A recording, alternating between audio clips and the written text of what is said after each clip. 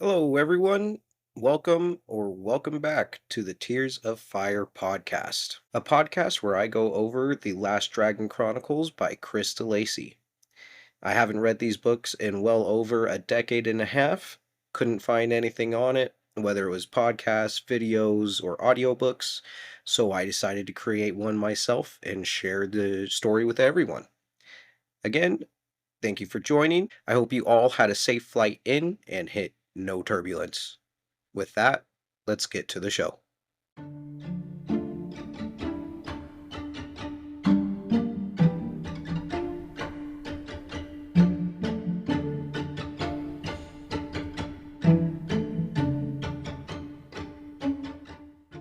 In the last episode, we ended off with Gwilanna telling David and Lucy to go find the pouch in order to keep Liz basically alive. She said that if the pouch wasn't there with the ice fire, that she would find some other way to get the Alma or the spark out of Liz and into the baby dragon. And David had taken off to Bacon's house with Lucy, where they ran into Zanna as well. They had a little conversation, and the chapter ended with Mr. Bacon coming into the house. With that, here we go. Chapter 31, The Storm. Mr. Bacon comes in and immediately starts calling out the rules. He sees that David is still wearing his jacket on the couch, shoes on. Just basically, he's a little upset already. He's confused why Lucy and Zanna are there. Zanna speaks up and says that she's just there to study with David. Mr. Bacon gives a grunt and almost agreement slash satisfaction, showing that he's obviously very either happy with the situation between David and Zanna, or at least shows that he's happy that David's starting to learn a little bit. After David had gotten his vision from the study in Mr. Bacon's upstairs, he comes down and pulls Zanna aside, even with Mr. Bacon trying to confront him and talk to him, telling her that he knows about Graith and he needs to go help. After Henry learns that the lights are out over next door, the reason for Lucy being there, he gets straight to work. He finds his little handy tool bag and says that it'll all be fixed in a jiffy. David and Henry both head over to the Pennykettle's house, and as soon as they knock on the door, Gwilanna opens it up in a mad fury, and she's pretty confused as to why Bacon's there. But Henry just says he's here to check out the power outage and see what's going on. Gwilanna gets a little curious and says that she'd like to know too, and lets him in real quick. So they point him in the direction to the basement to see where the control motherboard is. They walk down, and Mr. Bacon's kind of confused. What the heck is going on here? These wires look like they've been melted. Somebody's sabotaging them. Whatever prank is going on, it's not funny. But he gets down to work and starts fixing things. And out of nowhere, David shoots back upstairs to go confront Gwilanna. And on his way, he locks the cellar slash basement. I actually forgot before that, as Henry's heading down to the basement to check things out, he asks about Gwilanna all romantic styles, asking if she's single and that he would like a woman like her. She seems well learned. As David is starting to head back upstairs to talk to Gwilanna, they hear a big boom. You're not sure what's going on, but there's a swirl of air and a smell of seals, and David gets a weird feeling. My first thought there was that the bears are trying to get into contact with David in some way, shape, or form. They know that a big confrontation is coming, so the time to act is more than likely now. During all the commotion, after Gwilanna is talking to David, telling him that he's interrupting and useless now, Wraith shows up with the pouch. The girls at the same time are outside but can't find Spiky, with no luck. As Xana runs back inside, Lucy is kind of. As Xana runs back inside, Lucy is left alone in the garden. A deep fog sets over, and there's nothing around Lucy except for ice. She gets a weird but comforting feeling as a bear shows up to her. This time it's her gift. He gives her a snowball and tells her the same words that he told Liz back in the day. In your hands, this ball will never melt. So it's pretty cool. I don't know if this is a coming of age thing because it says that Liz was pretty young when she got her gift as well, which is Lucy right at about 11. Lucy has had a couple of instances where she's working on her own dragons now. She was working on Gawain. She's the one who completely made Graith, which is pretty good. And she made Graith very strong, very powerful without the spark. That's freaking fantastic. That's amazing. Imagine what she can do once she actually has the power and her mom teaches her how to mold it and direct it in the correct way. I'd be excited to see the type of dragons and how powerful they could be that Lucy is able to create. I also would like to point out that when the bear speaks, it says that the bear speaks to Lucy in deep dragon tongue. So these bears are more connected than we could even imagine. We always knew that they were the protectors of the secret, but for them to be so deep into the dragons to where they can speak their same language is pretty amazing. Graith is playing games and tries to distract Gwilanna. Under the bed, we get a little talk about Bonnington flashing his violet eyes. So that made me wonder if he could see the dragons. And later on, we could kind of see what's going on. Graith is making a plan. He runs over to Bonnington, gives him a couple of hers, and Graith flies over to the suitcase, speaks the password, tries to steal the scale, and throw it over to Bonnington. Bonnington leaps up onto the desk and tries to leap out of the window in David's room, but it failed. It hit the seal of the window, dropped out, and Bonnington ran away scared. At this, Gwilanna gets very upset and decides to put an end to what's going on. She creates a big hole in the floor. David falls through with a bunch of garbage falling on him, garbage and debris, the wood flooring, uh, actual wood studs, the drywall, everything of that sort. It says that it falls on him and covers him completely except for his hand sticking out just barely, and then it goes limp. I think they were trying to scare us, making us think that David was dead. I obviously, since we know that there's more than 7 books in the series, we know that he's not dead, but it's kind of a scary scene, to be sure. When I was reading it, my heart kind of stopped. But out of nowhere, this is when Zanna turns up and gets her own little superhero moment.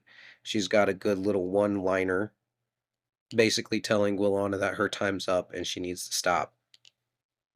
Gwilanna confirms that Zanna is a Sybil herself, and they continue to duke it out between one another. Gwilanna is able to overpower Zanna and kind of throws her to the side. While both David and Zanna are indisposed, Gwilanna takes a lock of Liz's hair and drapes it over the egg to help it hatch. There's a big spark flying everywhere, lights are changing color, and the baby starts to hatch. Graith and Bonnington try again while Gwilanna is distracted, and out of nowhere, they actually succeed. Bonnington's able to sneak out real quick, and we're not really given what happens to the scale, just that it disappears. She can't find it. Gwilanna, that is, can't find it. Nobody else really goes to look for it at that point, but Graith is becoming the big hero of this story at this point. He finds a way to give the Alma back. He was given a tooth or a shard of a tooth by the bears to hand over to David in a turn of the momentum moment for these guys. Graith throws the pouch to Gwilanna, and in the pouch there's absolutely nothing. Graith had taken the tooth fragment that was in there and thrown it into David's hands down in the rubble. I have a little note here, and it says, "Is it riptide? How about a root canal?" Because then, out of nowhere, once David is able to grab the tooth, it grows into a full front canine of a polar bear. David pops up with the tooth and holds it to Gwilanna's throat. Somehow, he's able to Pin her against the wall and tell her that she's lost. Your time is up. If I ever catch you here again, I will use the tooth and I will end your life. It's pretty badass. But in this moment, Liz stops David, telling him that they need her realistically.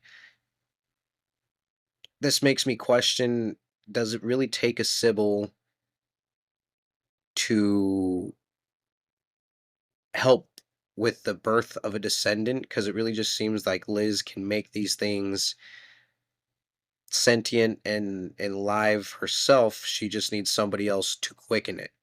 Now that we have Zanna, do we need Gwilanna now? I don't think so anymore. If now that Gwilanna and David have both confirmed that Zanna is a Sybil and has these ancient powers, though they were dormant and she doesn't know quite how to use them, she can learn. Especially if she can find a way to extend her life to the point that Gwilanna did. I mean, it might help to have a Sybil on our side versus over there. And I know we got it the first time, but they do reiterate that just because she's a Sybil, it doesn't make her evil. It depends on what you do with the gifts that you're given. David is pretty upset. He's cursing out not everybody, but just yelling, screaming, telling Gwilanna that it's her fault and she caused the death of the cub way back when. He just had this horrible feeling once he woke up and he knew. When this is all starting to wrap up, Gwilanna looks at all of them and says that this is not the end and just vanishes into thin air. Before she does, she looks over to Gretel and tells Gretel to come. But Gretel chooses to stay home. She's looking back and forth and she's very hesitant, but something inside told her that it's time to do the right thing. She's able to hold back and she wants to stay with the rest of the dragons. After Gwilanna had given the egg Liz's hair, and there was the flash of light and everything, the baby dragon did hatch. I did kind of forget to mention that. But in all of the commotion, it got away and nobody was really sure what was going on. Gwilanna wasn't sure where he's at. Zanna didn't know. David didn't know. But out of nowhere, Gadzooks was able to inform everyone that Graith has him and he's taking him to Bergstrom. And that's pretty crazy. The fact that we're going to Bergstrom and Graith knows to go there. Does Bergstrom have connections with these dragons beyond just being the keeper of the secrets? Because he seems to have knowledge of the process as well. Especially if Grith is the one that's taken him there, since wishing dragons are connected to the universe and can listen to the whispers, then he's got to know something. We're not going to be doing too much reviews in between chapters because the next episode after this, I'll actually be having a guest that is going to be on that's going to help bridge me into book 3. The same guest that helped me bridge into book 2. It'll be a fun little ride. But that actually brings us to the end of chapter 31. Now we're going to get on to the truth about Gwilanna, chapter 32. Everybody's in a hurry.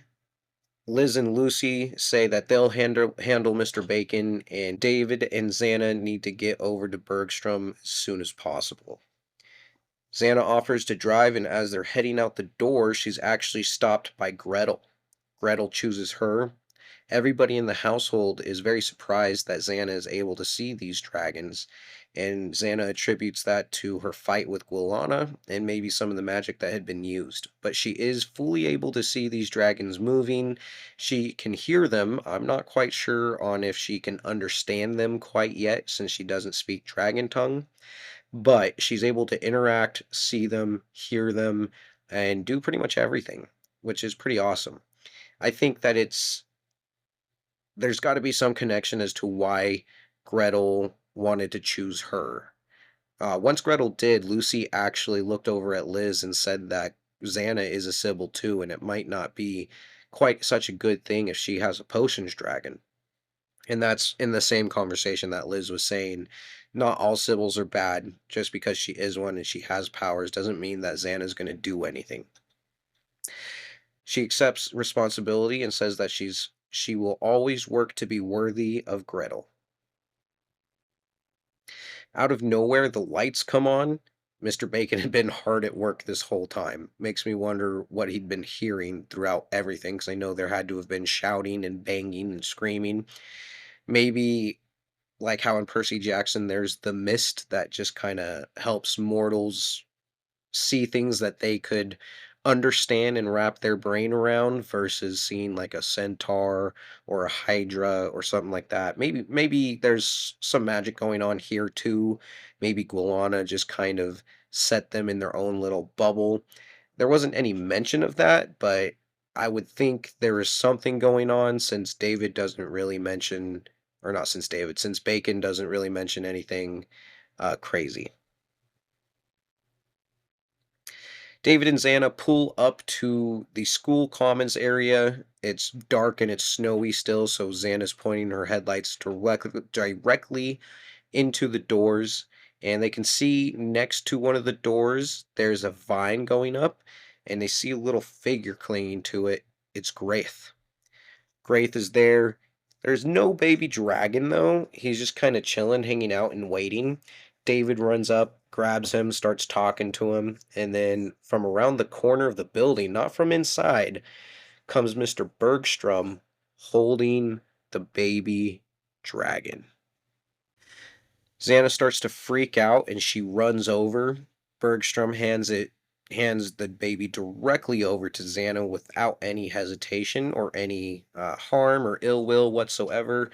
So we can see that Bergstrom is at least trustable.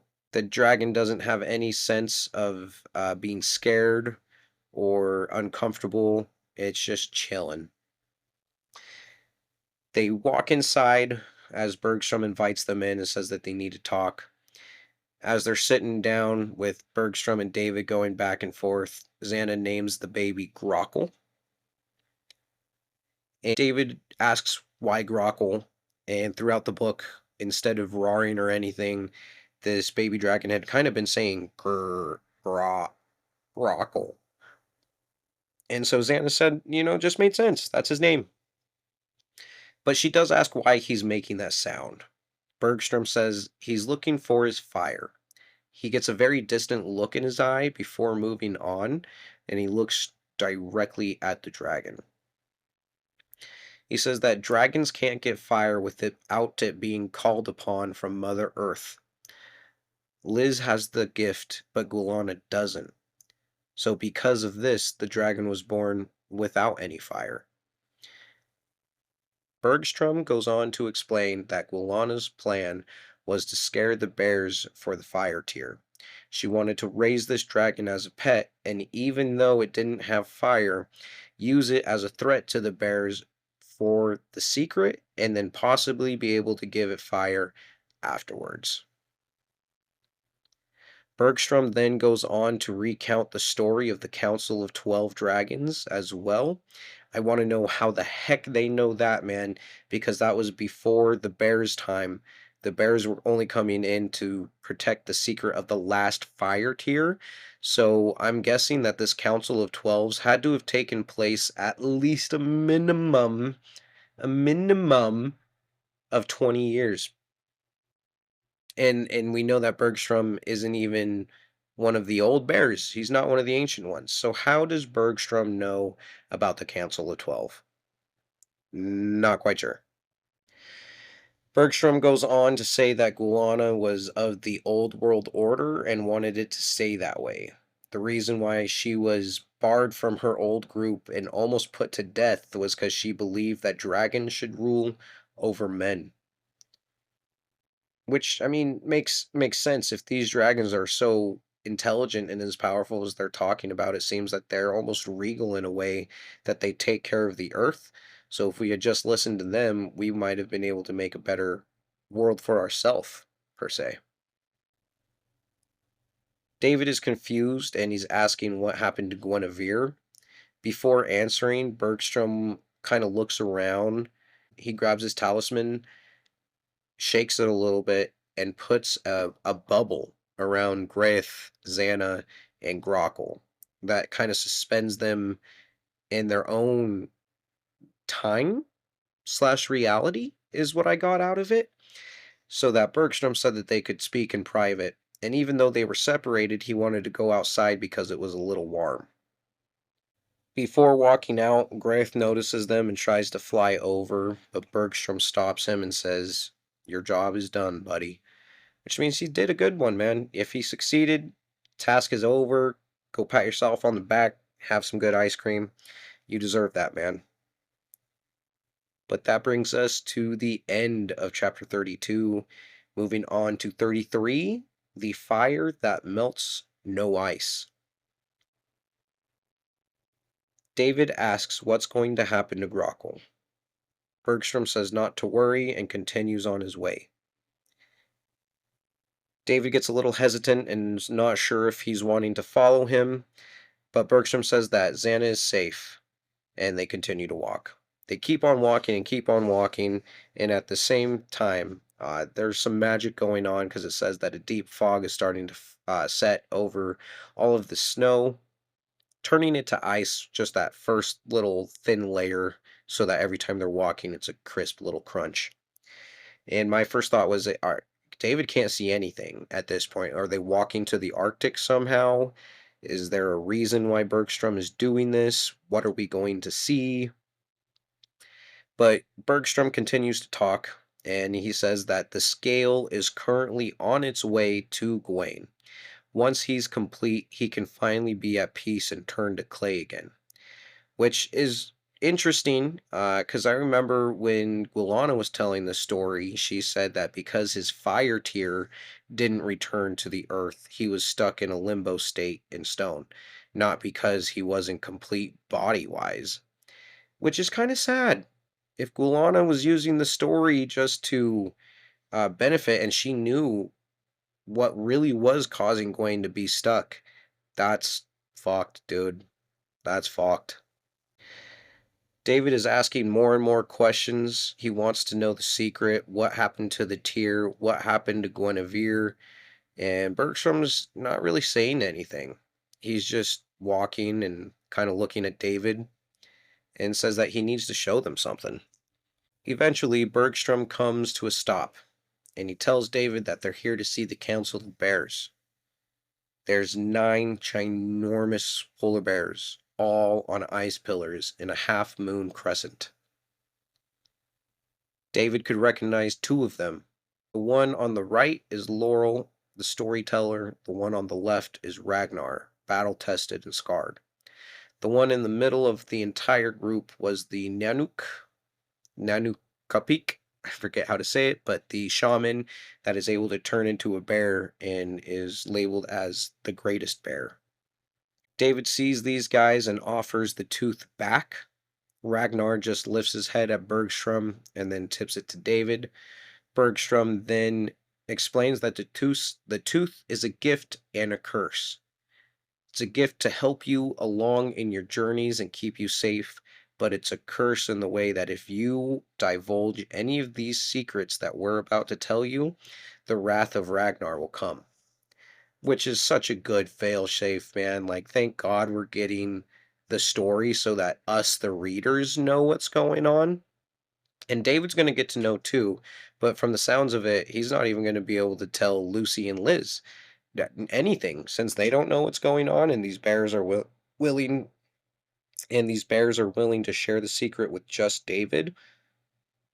It makes me wonder what's going to happen to the girls. As permissions were given, Laurel steps down from his pillar, sits in front of David, almost cat-like, opens his jaws, and from his jaws, David starts to dream. He sees this big, huge story.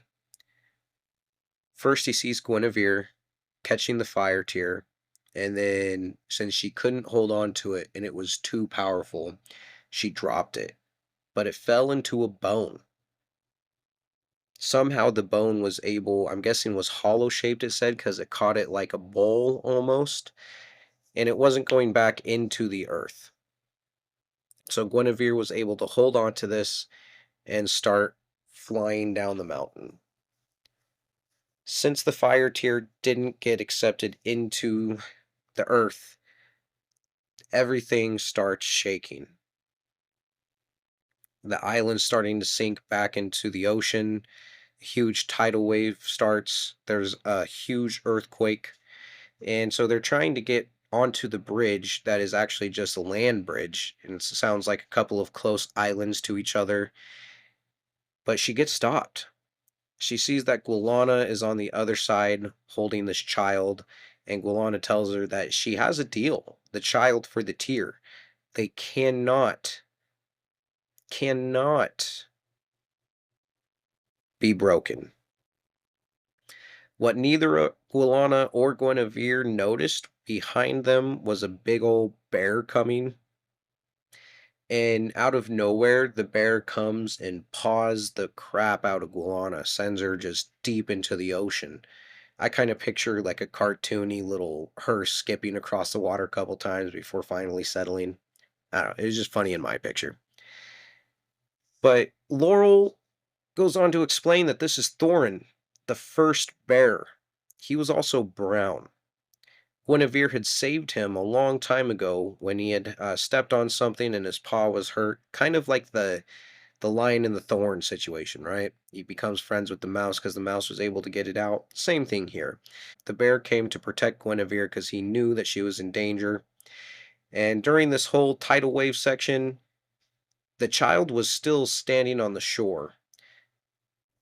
Guinevere knows that she needs to do something, so she asks Thorin to help him.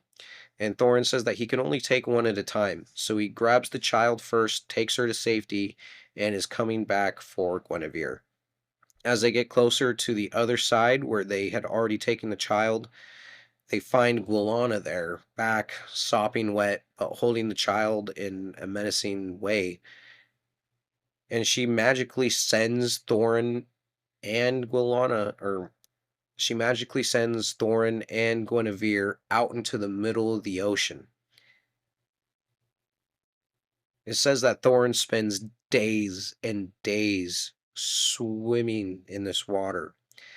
By the time they get to where they have to stop, Guinevere is pretty much dying of thirst and starvation.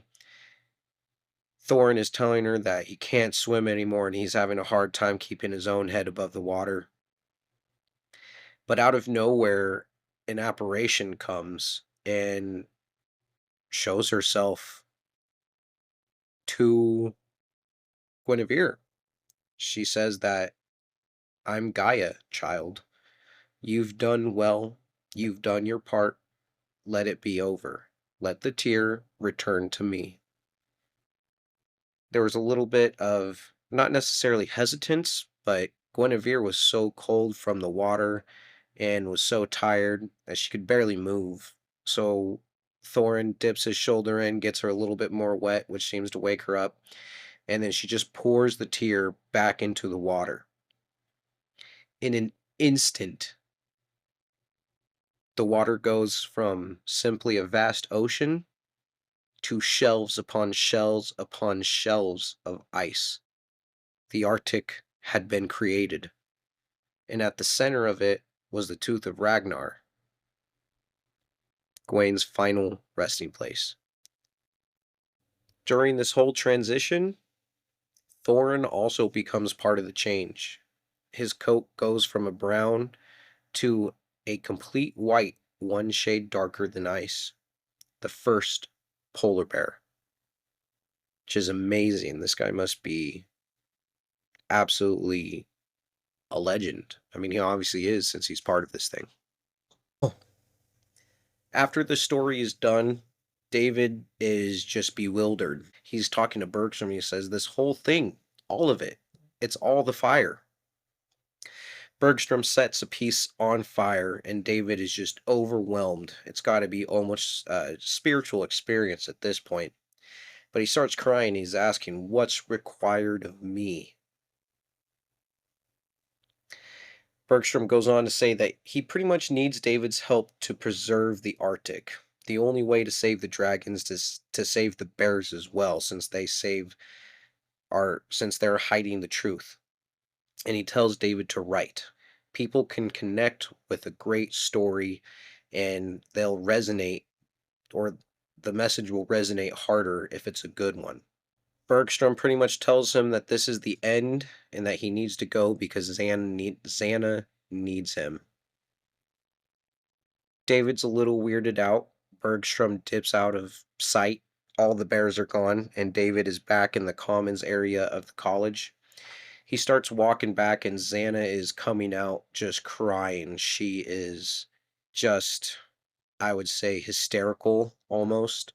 She's holding the baby dragon, but the baby dragon Grockle is turned to stone.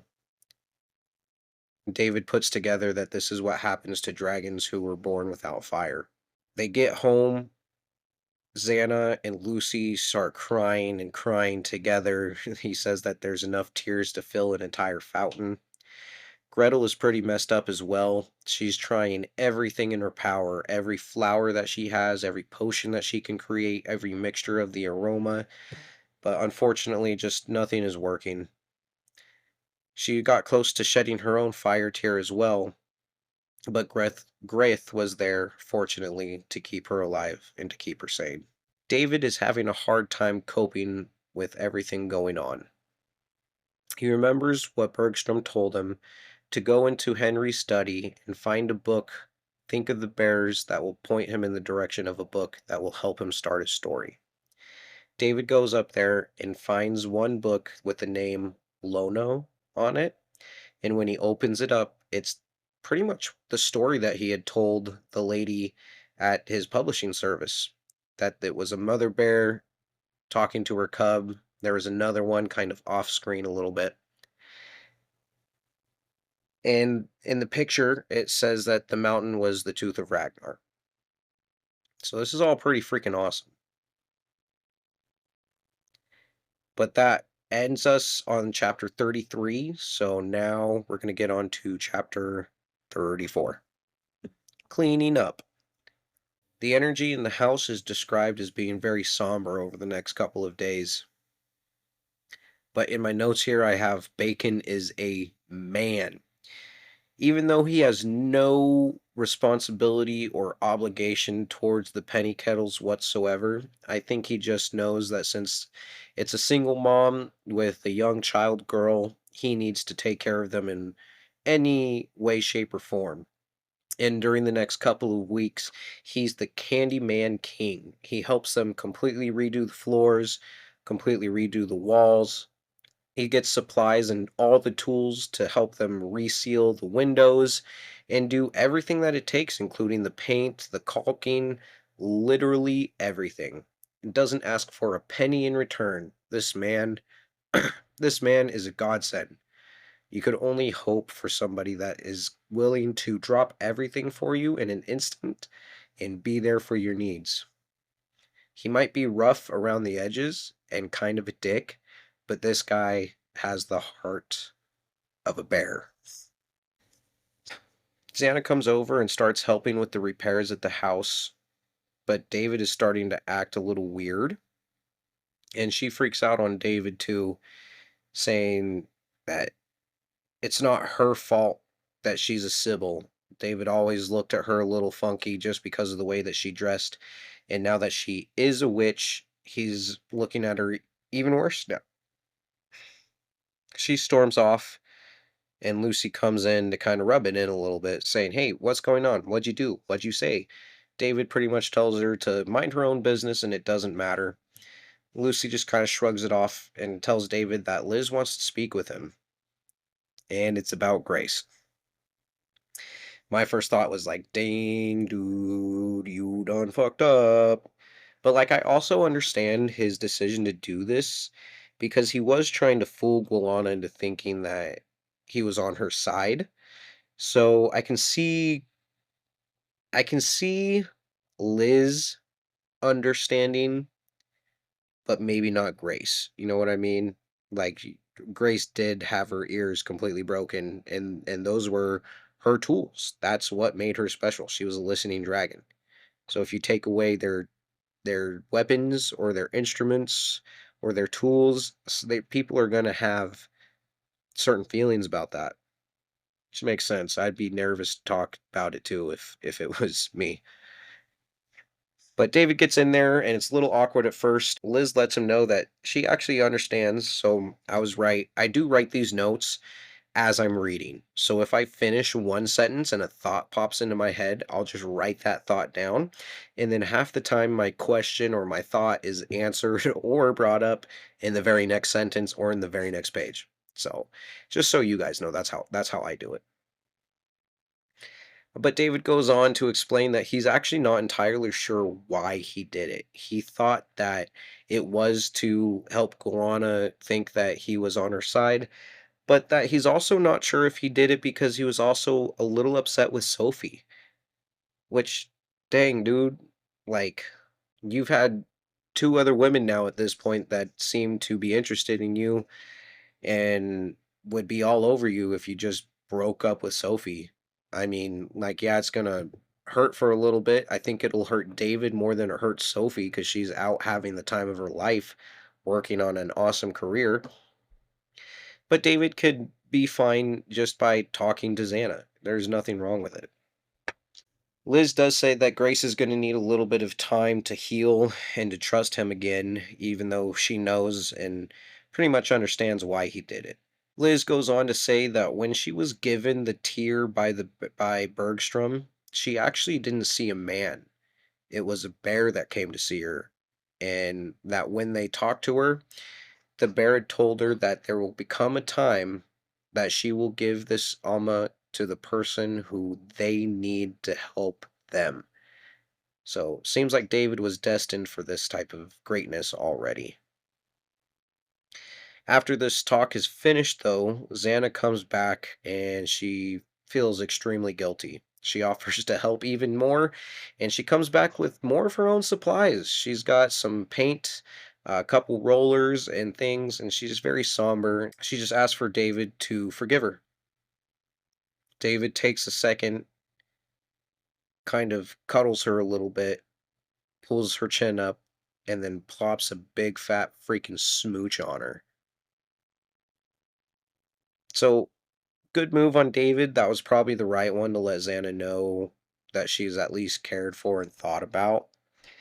But Chris decided to make it a little juicy, and at this very moment, as soon as they're kissing, Sophie walks in. She doesn't see them kissing, but they can hear Liz and Lucy starting to get excited and yell. Lucy runs in saying, "Guess who's here? Guess who's here?" And then as David and Xana are unlocking themselves, Sophie walks in. Bad timing, my dude. Bad timing. That actually brings us to the end of chapter 34. Now we're going to get into chapter 35, Departures. This will also bring us to the end of the book. So here it is, man. Big, big moves, big moves. I have a note here that says, "That's rough, buddy." Because one of the first lines on here is David could still taste Xana's lips as he's hugging Sophie. Ouch. That's rough. Rough, brother. Xana takes off, despite David, Liz, and Lucy all asking her to stay. Sophie kind of stayed quiet, but she wasn't rude. She didn't even give any looks or anything. She just stayed quiet, stayed to her corner. Xana politely declined, but ended up taking off. At that point, Sophie sits down and starts to tell her story, show a bunch of pictures to Liz and Lucy about these elephants, rhinoceroses, hippos, giraffes, all of these things that she's done, the hut that she's been sleeping in, the people that she's been working with, this whole thing. After she's done with her story, she says that that's enough about her and what's going on that's new around here. She points to Grockle and asks, "Is this a new line?" The house just gets extremely quiet. Nobody really says anything. And Liz kind of brushes it off and says, yeah, that she was trying something new. David needs a moment, so he says he's going to take off. He goes to head upstairs, and my thought was maybe he was going to the dragon's den, but he doesn't. He sits on the stairs halfway up, just kind of breathing. Gwilanna comes down to join him to see if there's anything that they can do. After a while, Sophie comes to join David and she asks him to go for a walk. She needs some fresh air and they need to have a talk. And my first thought was, ooh boy, here it comes. I've been saying it for the entire book, and finally somebody's getting the balls just to break it up. I don't know. I didn't know at this point if that was what was going to happen or what the reasoning for anything was, but we do get this talk. They're walking down the street, and Sophie takes David by the arms. They're walking interlocked, and they're just having a nice little conversation. David casually brings up about how he's about to go on an Arctic trip for 3 weeks, and he didn't think it was going to be a big deal. And he's sorry he didn't tell her because she's supposed to be in Africa, actually. Still, she's supposed to be there. So he didn't think it was going to be that big of a deal. Sophie is ecstatic for him. She's happy to hear about his studying trip as well as him getting published and a book deal. But then she gets very somber and she tells David that she's been doing great over there, but her boss says that what she's been doing is not quite at her level. It's actually beneath her, that she needs to have more responsibilities and take on a little bit more around there. She was offered a position at a higher level for 3 full years, and at the end of it would come with a degree. So she came to do the right thing. She told David that he's released of all responsibilities to her, which is kind of a sad way to put it, man. Like, you can clearly see that she has strong feelings for David, and I'm sure David would have grown to get even stronger feelings if she was around more, but this is the right thing. If it's going to be 3 years, you guys are going to be separated by thousands and thousands of miles. It is time to take that step away. Sophie tells David that she hopes he can find somebody around and kind of refers to Zanna. David tries to go on and say that Zanna was just a friend at college, but Sophie stops him and says, "Stop. I'm happy for you. I want you to be happy and I want you to basically do you." There were lots of tears, lots of tears. It said that after the breakup, David and Sophie sat there holding each other for hours before they had to go home just due to the cold. David gets home and tells Liz and Lucy what's going on, but as soon as Liz hears the news, she says that's bad luck, but immediately goes back to wingman number one. She tells David, "You better call Zanna." David looks at the time and it's past midnight. It's like 12:30 at night. And Liz just looks at him and says, "You're a college student. Go be one." Which is totally right, man. I can't tell you how many times I mean, hit up friends late as fuck because I was getting off working at McDonald's, closing at the time. So I'd be off at, 1, 2 o'clock in the morning, thinking that other people were up too. And I'd be like, "Hey, you want to hang out?" And I'd get a text like 4 hours later when they're all waking up, like, "No, I don't want to hang out right now, dude. What the hell?" Totally understandable. But yeah, if you're young, that's what you do. You stay up late. So David tries to get a call in. There's no answer. He tries like 5 or 6 times, still no answer, no answer, no answer. He goes to the college and there's nothing. Xana's not there. He checks the log for the field trip. Next to his name is a big old check mark approved by Bergstrom. But next to Xana's name, who had actually won the essay and she won the trip, there's nothing. It's completely blank. She hasn't agreed to go, which means Bergstrom obviously isn't able to approve if she hasn't even applied. David is still trying to look for her at the college and he runs into her best friend, and her best friend is being kind of, I mean, I get it, like she's a homie, she's for the girls, she's on Xana's side, and she just tells him, "You missed your chance, bucko. You're not going to find her. You're not going to get a hold of her." And David does his part. He's trying to say, "Hey, listen, I just want to get a message to her." Tells her a couple of different things, but that's not the most important one. He actually ends up going to Xana's house. And at Xana's house, she's not there, but her older sister is, and she greets David, goes, "Oh, you're Dragon Boy," which, I mean, if the sister already knows that, that's either a very, very, very good sign or a very, very not good sign. But she basically goes on to tell him that Xana's with her ex right now, buddy. You missed your chance. You done messed up big time. And it's kind of rude. David gets to the point again and tells her, like, I'm just trying to get a message through. And so the sister's sitting there like, okay, well, you have 58 seconds. And by the time you're done talking, it's going to be even less. Blah, blah, blah. She's kind of taking up the time too. And by the time she's done talking, she says 38 seconds. So David takes, a quick moment to think exactly what he wants to say, but basically says that he misses Xana and so does Gretel, and that he used her scraping tool. I'm not sure what the scraping tool was added for, some kind of emotional connection or something. I don't know. A little funky, a little weird. But the sister does take a second to think about it. She softened up after David said that he missed her, and she agreed to give Xana the message, but didn't guarantee any kind of response or reaction. David gets absolutely no word for days from Xana, so he's not sure. He's starting to get packed up and to get ready for his trip, and he goes over to visit with Mr. Bacon one last time. And this got me a little emotional because we got Bacon just being an absolute dick in the first book. He was still a little standoffish here in the second, started warming up. But as he opened up his house to David, mostly on the part of the penny kettles, and seeing how much he took care of the penny kettles without, and he specifically says that they are not to give him a penny, they're not to do anything in return, he's simply there to help. This is a good man. You can see that Henry gets a little emotional too. David is sharing parts of his story, not telling him everything, but he does share the tooth with him and tells him that he got it from Dr. Bergstrom, who we think might be related to the same Bergstrom from Henry Bacon's grandpa's story. And Henry gets very emotional too.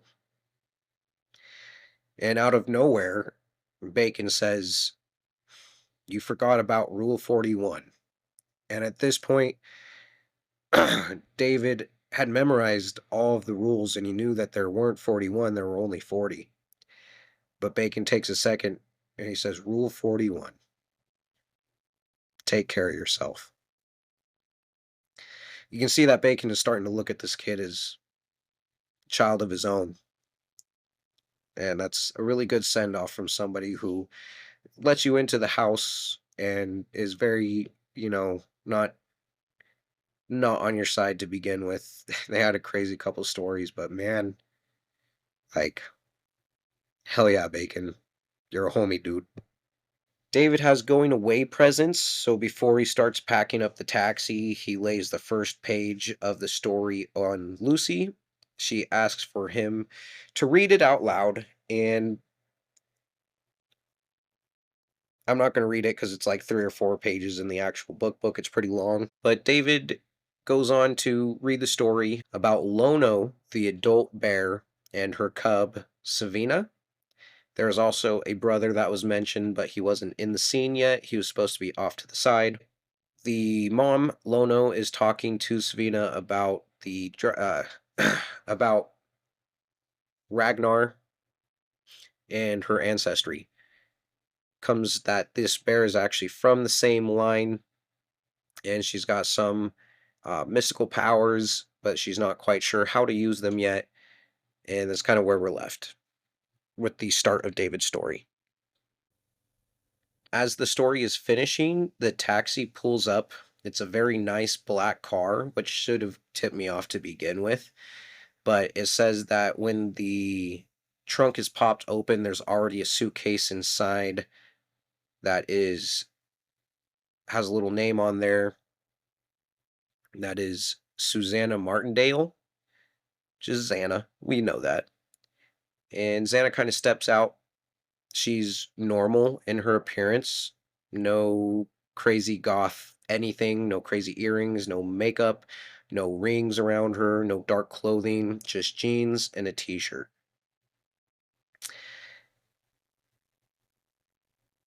She gets very somber and doesn't necessarily ask for forgiveness, but asks David, once he's done saving the world, if there might be a little bit of room for her in it. David takes a second and tells her that there's always room for her. Before taking off, David turns around to hug Liz. He tells Liz that he didn't forget her present. Hers was the knowledge of knowing that Guinevere didn't drown.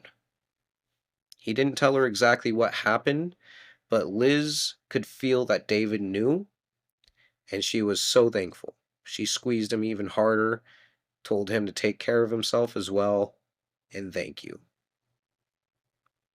One thing that I didn't mention, I probably should have, when Zanna and Gwilanna were fighting in the first chapter of this section, Gwilanna had actually scratched her arm with the 3 mark, the same mark that was on the polar bear that was in Henry's office when David saw that, uh, when he saw the vision. And then David had actually handed Liz the contract for his publishing. And as she's looking through it, she noticed on the last page after David had signed where it bled through, there was the same 3 marks. So I think that's bear magic, just showing us that there's something going on other than just dragon stuff too. But David and Xana start taking off. Liz and Lucy are doing their own thing, and the way that the book ends is Gretel standing over Grockle with a lock of Liz's hair, and it cuts. That is the end of the chapter and the end of the book. I'm not going to do any theorizing because, like I said, next week is going to be our bridge episode. We're going to have Miss Kaylee come back and join us. I'm excited to hear what she thinks of Xana. I know my friend is always hoping for and wanting a good female character slash female lead. And I think with this one, in the last book, Sophie was a nice little counterpart. We did have Liz and Lucy, but in this one, both Gwilanna and Xana are very powerful women that are standing up and coming through. And it's just going to be super exciting to see where the series goes on. So join me next week. Please, if you have any suggestions, questions, topics you want us to cover, please shout them out. You can comment them on Spotify or you can hit my email at gadzooksThelastDM@gmail.com. Again, thank you for joining me. Have a safe flight out and hit no turbulence.